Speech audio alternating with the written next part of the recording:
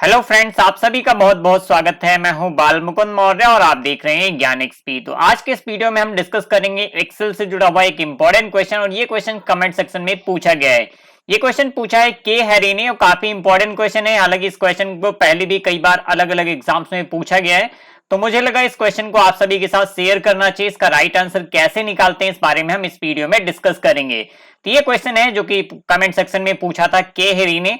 तो यहाँ पे सबसे पहले देखिए लिखा हुआ है सम एक फंक्शन होता है। अलग यहाँ पे सबसे पहले इक्वल था, इक्वल के बाद यहाँ पे लिखा हुआ है सम, इसके बाद B4 लिखा गया, इसके बाद एक दूसरा फंक्शन यूज किया गया ऑफसेट। बेसिकली यहाँ पे हमें डिस्कस करना है ऑफसेट फंक्शन क्या होता है, किस तरह से काम करता है, क्योंकि सम एक नॉर्मल फंक्शन है। अगर यहाँ पे ऑफसेट नहीं यूज किया गया होता तो इसलिए आप इस क्वेश्चन का राइट आंसर निकाल सकते थे, लेकिन एग्जाम में थोड़ा सा कंफ्यूज करने के लिए ऑफसेट फंक्शन को इस्तेमाल किया गया है। अब यहाँ पे ऑफसेट फंक्शन किस तरह से काम करता है इसको भी आज हम इस वीडियो में डिस्कस करने वाले हैं। और साथ में यहाँ पे देखिए कुछ वैल्यूज दी गई हैं, जैसे कि ऑफसेट फंक्शन के अंदर B4 दिया गया है, कॉमा 0 E2 -1, ये वैल्यूज इसके अंदर पास की गई। अब यहाँ पे लिखा गया है इसका मान क्या होगा यदि, और यहाँ पे जो कॉलम्स हैं उनकी अलग अलग वैल्यूज दी गई, जैसे E2 के अंदर 3 स्टोर किया गया है, B4 के अंदर 5 स्टोर किया गया है, C4 के अंदर 8 स्टोर किया गया और D4 के अंदर 2 स्टोर किया गया है। और इसी तरह से E4 के अंदर 9, F4 के अंदर 6 और G4 के अंदर 4 स्टोर किए गया है। तो हम इन वैल्यूज को पहले इन सेल्स में स्टोर करेंगे, इसके बाद आपको बताएंगे किस तरह से ये काम करता है। उससे पहले हम बात कर लेते हैं ऑफसेट फंक्शन क्या होता है और किस तरह से काम करता है। अगर आपको ऑफसेट फंक्शन के बारे में पता होगा तो इसलिए आप इस क्वेश्चन का राइट आंसर निकाल सकते हैं। तो सबसे पहले हम डिस्कस कर लेते हैं ऑफसेट फंक्शन। अब देखिए यहाँ पे मैंने कुछ वैल्यूज लिए हैं, इसको एग्जांपल के साथ एक्सप्लेन करेंगे ताकि इजीली आपको समझ में आए कि ऑफसेट फंक्शन बेसिकली क्या करता है। तो ऑफसेट एक ऐसा फंक्शन होता है जो एक सेल रेंज में से पर्टिकुलर सेल को सेलेक्ट करने के लिए या उस सेल की वैल्यू को निकालने के लिए ऑफसेट का इस्तेमाल करते हैं। तो यहाँ पे मैंने कुछ वैल्यूज लिए हैं, जैसे कि A1 के अंदर हमने 1 स्टोर किया है, A2 के अंदर 2, A3 के अंदर 3 और A4 के अंदर 4 स्टोर कर दिया है। इसी तरह से अगर आप इधर देखेंगे तो यहाँ पे B1 के अंदर A, B2 के अंदर B और B3 के अंदर C और B4 के अंदर हमने D को स्टोर किया है। अब देखिए यहाँ पे एक छोटे छोटे एग्जांपल के साथ इसको हम एक्सप्लेन करेंगे। जैसे सबसे पहले हम इस फंक्शन को अप्लाई करने वाले हैं। तो ये हमारे पास एक फंक्शन है जिसको हम यहाँ पे यूज करेंगे। तो यहाँ पे अगर आप इस जगह पे इसकी वैल्यू निकालना चाहते हैं तो सबसे पहले हम क्या करेंगे, इक्वल लगाएंगे। अब जैसे हम यहाँ पे ऑफसेट टाइप करते हैं तो यहाँ पे देखिए ऑफसेट फंक्शन का एक ऑप्शन आता है, आप टैब की प्रेस करके पूरा फंक्शन टाइप कर सकते हैं। जब आप यहाँ पे टाइप करते हैं तो अब देखिए आपके पास 3 अलग अलग यहाँ पे वैल्यूज दिख रही हैं। जैसे ऑफसेट के अंदर सबसे पहला पैरामीटर क्या है, रेफरेंस, उसके बाद दूसरा पैरामीटर है रो और तीसरा पैरामीटर हमारा कॉलम। यहाँ पे हाइट और विड्थ 2 और वैल्यूज हैं, ये ऑप्शनल होती हैं, आप चाहें तो इसको दें या फिर आपको अगर रिक्वायरमेंट नहीं है तो आप इसे मत दें, कोई जरूरत नहीं है क्योंकि ऑप्शनल वैल्यूज होती हैं। लेकिन यहाँ पे रेफरेंस, रो और कॉलम नंबर आपको पास करना होगा। ओके, तो अब हम यहाँ पे जैसे कि कॉलम नंबर पास करते हैं A1, तो यहाँ पे लिखेंगे A1। A1 लिखने के बाद हमें क्या करना है, सबसे पहले रो और कॉलम की वैल्यूज देनी है। तो हम यहाँ पे 0 रो और 0 कॉलम देते हैं, उसके बाद आपको पता चलेगा इस क्वेश्चन का राइट आंसर क्या होगा, मींस इस फंक्शन से हमें क्या रिजल्ट मिलेगा। तो हम जैसे यहाँ पे इंटीग्रेट करेंगे आप देख सकते हैं यहाँ पे क्या आ रहा है 1। अब इस फंक्शन को अच्छे से समझिए पहले किस तरह से ये काम कर रहा है। जैसे A1 क्या है, A1 ये है, इसके अंदर 1 स्टोर किया गया है। अगर हम यहाँ पे इस पर्टिकुलर सेल से 1 रो और 1 कॉलम या फिर 0 रो और 0 कॉलम की बात करें तो ये सेम वैल्यूज हमें यहाँ पे मिलने वाली है। लेकिन अगर हम इसकी वैल्यूज को थोड़ा सा चेंज करते हैं, जैसे यहाँ पे रो कर देते हैं 1। अब अगर रो 1 हो जाएगा इट मींस कहां पे हम आ जाएंगे, यहां पे इस वैल्यू के जस्ट नीचे क्या मिलेगा आपको, यहां पे आ जाएंगे हम। अगर हम दोबारा से यहाँ पे क्लिक करते हैं तो देखिए मैंने क्या चेंज किया, यहाँ पे लिखा है A1, 1, 0। तो ये क्या होगा, जो A1 सेल है हमारी, मींस ये जो सेल है हमारी, इससे एक रो हमें नीचे जाना है। तो रो कौन सी, इससे एक रो नीचे कौन सी हो जाएगी, ये। और अगर हम 0 कॉलम की बात करें तो सेम कॉलम होगा। अगर यहाँ पे 1 कॉलम होता तो उस केस में रिजल्ट आता B। तो यहाँ पे आप देख सकते हैं इसका जो रिजल्ट आया है वो 2 आ रहा है। और इसी तरह से अगर हम यहाँ पे 1 की जगह पे कर देते हैं 2, तो अब देखिए A1 हमारा ये है और इसके बाद हम 2 रो नीचे अगर जाएंगे तो क्या होगा, यहाँ पे ये और ये 2 रो हो जाएंगी, मींस हम यहाँ पे क्या मिलेगा हमें 3। तो अगर हम इसको एंटर करते हैं तो आप देख सकते हैं यहाँ पे क्या रहे 3। तो इस तरह से ऑफसेट क्या होता है, एक पर्टिकुलर रेंज में एक पर्टिकुलर सेल की वैल्यू को निकालने के लिए ऑफसेट को हम इस्तेमाल करते हैं।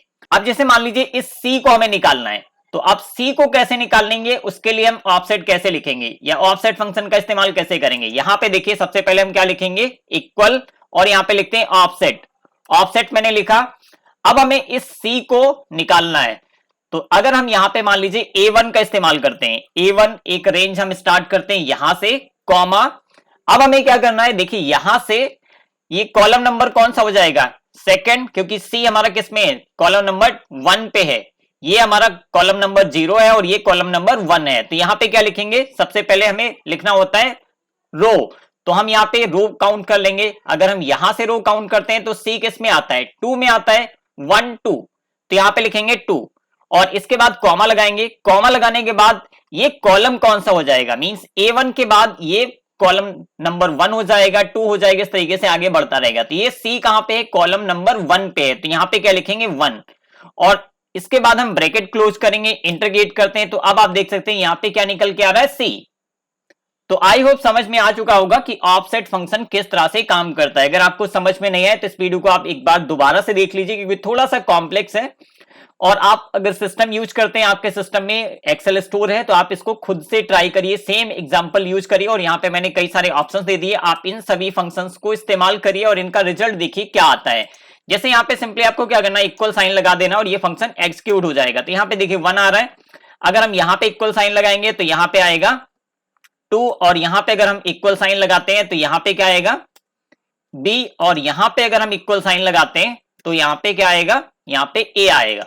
आप इसको देख लीजिए इसमें क्या क्या लिखा है, जैसे मैंने यहां पे लिखा है B1 0 0, तो B1 कहां पे है, ये हमारा B1 है, इस जगह पे B1 है। उसके बाद हमने लिखा है 0 0, मींस यहीं पे सेम इसी पर्टिकुलर कॉलम और रो की वैल्यू हमें चाहिए, तो हमें मिल गया A।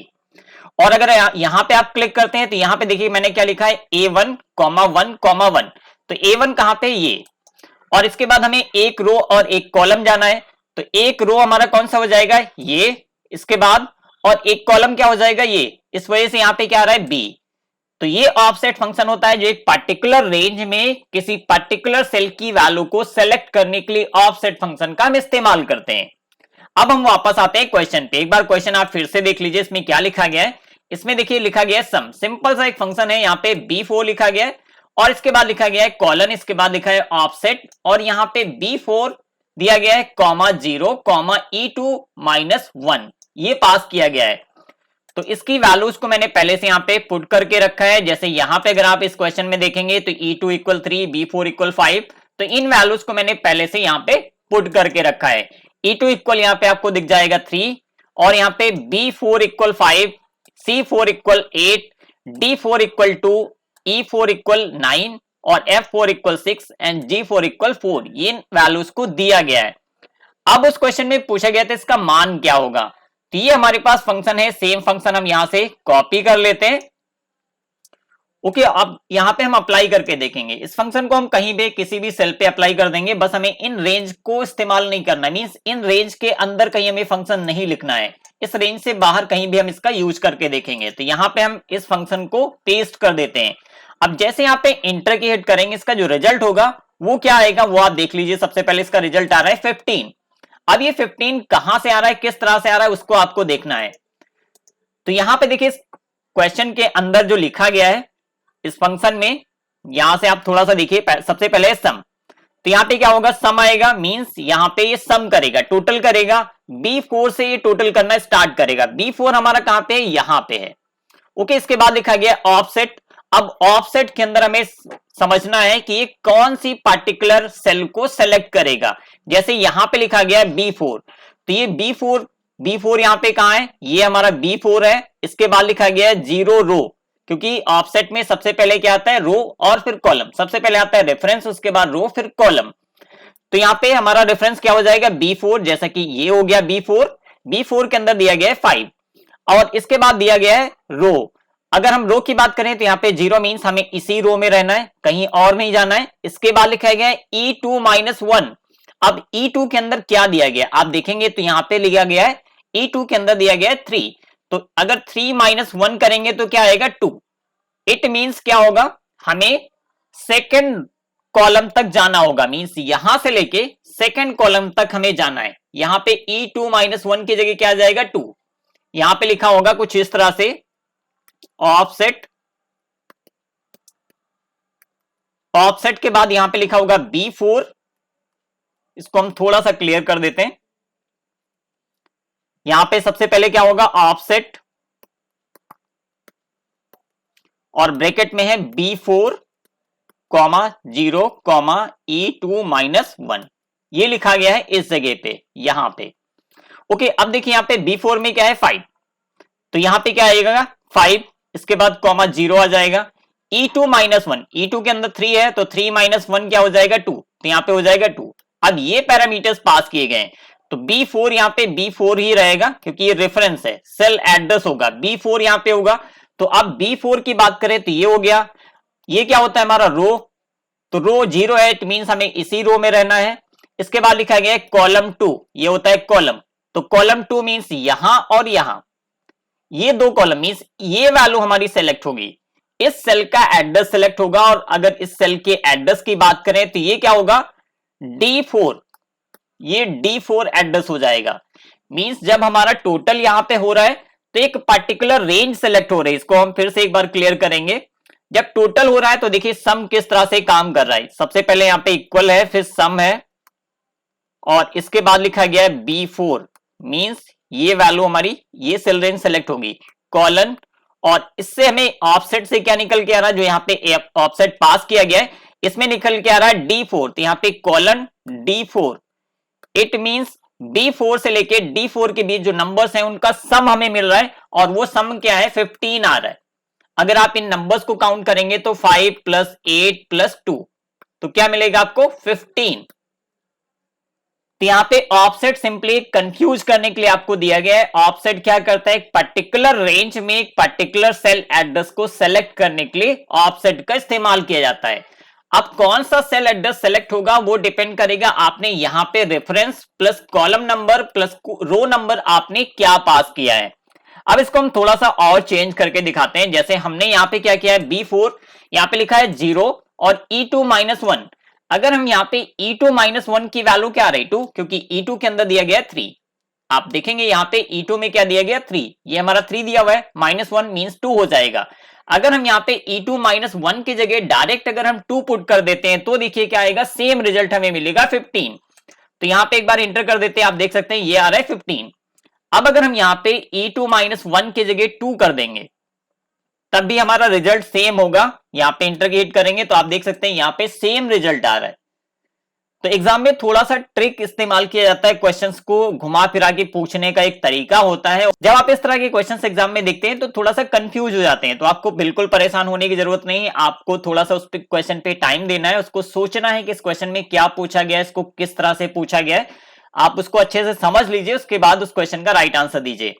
अब मान लीजिए हमें यहां तक सम करना था तो इस फंक्शन में क्या चेंज करना पड़ेगा। तो देखिए अगर हम इस फंक्शन पे जाते हैं, यहां पे लिखा गया था E2 माइनस 1, तो यहां पे एक बार हम फिर से लिख देते हैं E2 माइनस 1, इस तरह से लिखा गया है, ये हो गया 3। अगर हम यहाँ पे इस 9 तक आना चाहते हैं तो इस 9 तक आने का मतलब होगा कि यहां पे हमें 3 लिखना पड़ेगा, या फिर हम चाहें तो यहाँ पे E2 लिख सकते हैं, या फिर हम डायरेक्ट 3 लिख सकते हैं। तो जैसे हम यहाँ पे 3 लिखेंगे तो यहाँ पे सम क्या होगा 5 प्लस 8 प्लस 2 प्लस 9 मीन्स 5 से लेके और 9 तक की नंबर सम हो जाएंगे।